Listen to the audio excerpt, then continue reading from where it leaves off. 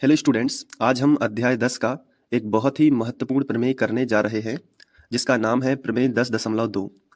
ये 2024 की बोर्ड परीक्षा के लिए बहुत महत्वपूर्ण है। इसके पीछे का कारण ये है कि ये हर प्रश्न बैंक में है, चाहे वो मॉडल पेपर हो चाहे वो प्रश्न बैंक हो, हर जगह ये दिया गया है। तो आइए इसको जल्दी से समझ लेते हैं और एक बार इसकी अच्छे से प्रैक्टिस कर लेना ताकि वीडियो देखते देखते ही ये आप खुद से इसका सॉल्यूशन कर पाओ। सबसे पहले तो इसका जो कथन दिया गया है इसको पढ़ते हैं। बाह्य बिंदु से वृत्त पर खींची गई स्पर्श रेखाओं की लंबाइयां बराबर होती हैं। तो बाहरी बिंदु क्या कहलाता है उसको समझने के लिए हमें एक वृत्त खींचना पड़ेगा। तो मैं यहाँ पे एक वृत्त खींच लेता हूँ। तो आप यहाँ पे देख सकते हो एक वृत्त खींच लिया गया है। अब वृत्त में क्या होता है, वृत्त को हम सी से दर्शाते हैं, सी मतलब सर्किल। और वृत्त में होता क्या है, वृत्त का केंद्र होता है, वृत्त का केंद्र हम ओ मान लेते हैं। और इसके साथ साथ यहाँ पे वृत्त की त्रिज्या भी होती है तो हम उसे आर मानते हैं। और बाह्य बिंदु का मतलब क्या होता है कि वृत्त के बाहर कहीं पे भी हम एक बिंदु ले लेते हैं। तो हम क्या करते हैं, सेंटर के सामने बिल्कुल एक बिंदु यहाँ पे बना लेते हैं।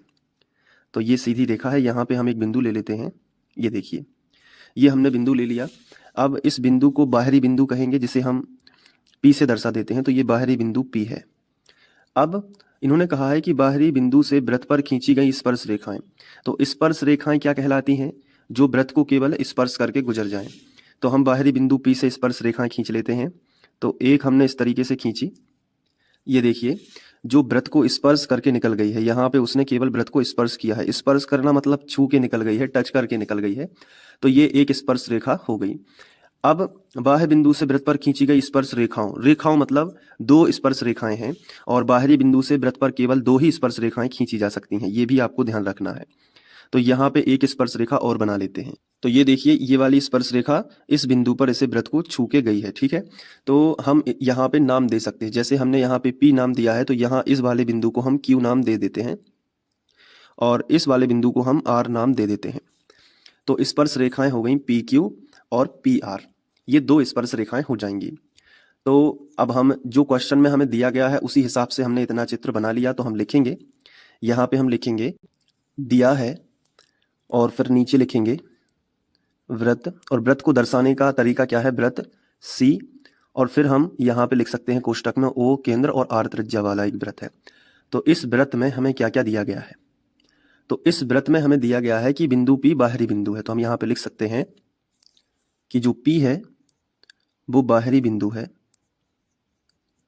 P बाहरी बिंदु है, ठीक है। ये ध्यान रखना इस चित्र में मिक्स ना हो जाए, चित्र थोड़ा और साइड में आप बना सकते हो। अब जब P बाहरी बिंदु है तो स्पर्श रेखाएं कौन कौन हो जाएंगी, PQ और PR। तो हम यहाँ पे लिखेंगे कि तब चित्र से, तो हमने लिखा तब चित्र से स्पर्श रेखाएं कौन कौन सी हो जाएंगी। तो यहाँ पे आपको लिखना है कि जो स्पर्श रेखाएं हैं वो कौन कौन हो जाएंगी, PQ और PR होंगी। तो यहाँ पे हम लिखेंगे PQ व PR हैं, ऐसे भी लिख सकते हैं PR हैं। तो ये दो स्पर्श रेखाएं आपकी यहाँ पे हो जाएंगी। अब हमें सिद्ध क्या करना है कि रेखाएं, जो स्पर्श रेखाएं हैं ना, उनकी लंबाइयां बराबर होती हैं। तो हम यहाँ पे हेडिंग लगाएंगे सिद्ध करना है। तो क्या सिद्ध करना है, आप देख सकते हैं कि स्पर्श रेखाओं की लंबाइयां बराबर होती हैं। स्पर्श रेखाएं कौन कौन सी हैं, PQ और PR। तो हमने यहाँ पे लिखा कि हमें सिद्ध करना है PQ PR के बराबर होती है। अब इसके बाद हमें इन दोनों की लंबाइयां बराबर होती हैं, ये सिद्ध करने के लिए हमें एक रचना करनी पड़ेगी। तो हम नीचे हेडिंग डालेंगे रचना। अब रचना क्या करनी होगी, रचना में हमें क्या करना होगा कि जो केंद्र O है इसको ये वाला बिंदु, ये बिंदु और ये बिंदु यानी PQR तीनों को केंद्र से मिला देना है। तो लिखेंगे कि केंद्र O को बिंदु P, Q और R से मिलाया। तो हमने लिखा कि केंद्र O को बिंदु P, Q और R से मिलाया। अब लिख तो दिया है, अब मिलाना भी है। तो सबसे पहले केंद्र O को P से मिला देते हैं, इस तरीके से केंद्र O को P से मिला दिया। अब केंद्र O को Q से मिला देते हैं इस तरीके से, और केंद्र O को R से मिला देते हैं। तो ये हमने रचना की। रचना करने से क्या होता है कि हमें पता है कि OQ वृत्त की त्रिज्या है और OR भी वृत्त की त्रिज्या है। तो अब क्या होता है कि जो स्पर्श रेखा होती है और वो त्रिज्या, ये आपस में एक दूसरे पर लंब होते हैं। तो यहाँ पे 90 अंश का कोण बनेगा और यहाँ पे 90 अंश का कोण बनेगा। ये प्रमेय 10.1 में बताया गया है कि जो स्पर्श रेखा होती है, जो त्रिज्या होती है, आपस में 90 डिग्री का कोण बनाती है। तो स्पर्श रेखा त्रिज्या पर लंब होती है। अब हमें दो त्रिभुज दिख रहे होंगे, पहला त्रिभुज ऊपर बन गया है PQO, ये देखो ये ऊपर एक त्रिभुज बना है, ये देखिए, और एक त्रिभुज नीचे बना है POR, ये देखिए। तो रचना करने से दो त्रिभुज हमें प्राप्त हो जाएंगे। तो सबसे पहले आपको क्या करना है, इन दोनों त्रिभुजों को एक एक करके पहले दोनों में सर्वांग समता हासिल करनी है। तो देखो यहाँ पे हेडिंग डालेंगे उपपत्ति। अब यहाँ पे देखो कि ऊपर त्रिभुज कौन सा है, त्रिभुज PQO। तो यहाँ पे लिखेंगे कि त्रिभुज PQO तथा दूसरा त्रिभुज बताइए, तथा त्रिभुज POR। त्रिभुज है तो कोई भी बिंदु लिख सकते हैं पहले POR में।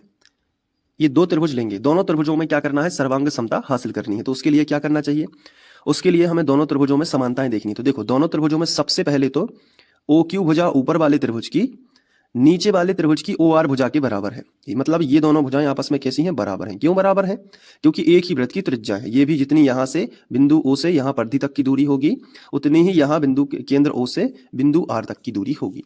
तो हम लिख लेते हैं कि OQ बराबर OR।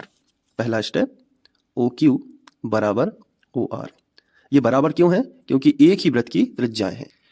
दूसरी समानता क्या है, दूसरी समानता है कि ये जो PO भुजा दिख रही है ये दोनों त्रिभुजों में है। उस तरफ भी है, देखो ऊपर वाले त्रिभुज का जब हम पढ़ते हैं तो PO आता है, मतलब ये जो दीवार है ये दोनों कमरों में है PO। तो हम इस तरीके से समझ सकते हैं कि जो PO बराबर है PO, ये दोनों त्रिभुज में है, तो इसे हम कहेंगे उभयनिष्ठ भुजा है।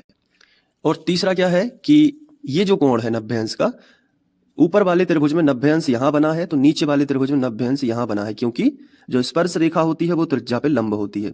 तो ऊपर 90 यहां पे है और नीचे 90 यहां पे है। तो हम लिख सकते हैं इस 90 को बताने के लिए बीच Q बिंदु बीच में रहेगा, तो कोण PQO यहां पे आएगा। कोण PQO बराबर है कोण, यहां पे 90 है ना, तो R बिंदु बीच में रहेगा, तो PRO यहां पे लिखेंगे कोण PRO। ये दोनों बराबर हैं क्योंकि दोनों 90 अंश के हैं। ऐसा हम क्यों बोल रहे हैं, क्योंकि स्पर्श रेखा त्रिज्या पर लंब होती है। तो साइड में आप लिख सकते हो कि स्पर्श रेखा त्रिज्या पर लंब होती है। तो लंब है यानी कि एक समकोण त्रिभुज बन गया है। तो दोनों त्रिभुजों में क्या समानता मिली, पहली समानता मिली कि ये वाला जो OQ है और नीचे वाले त्रिभुज में OR है, ये दोनों बराबर हैं।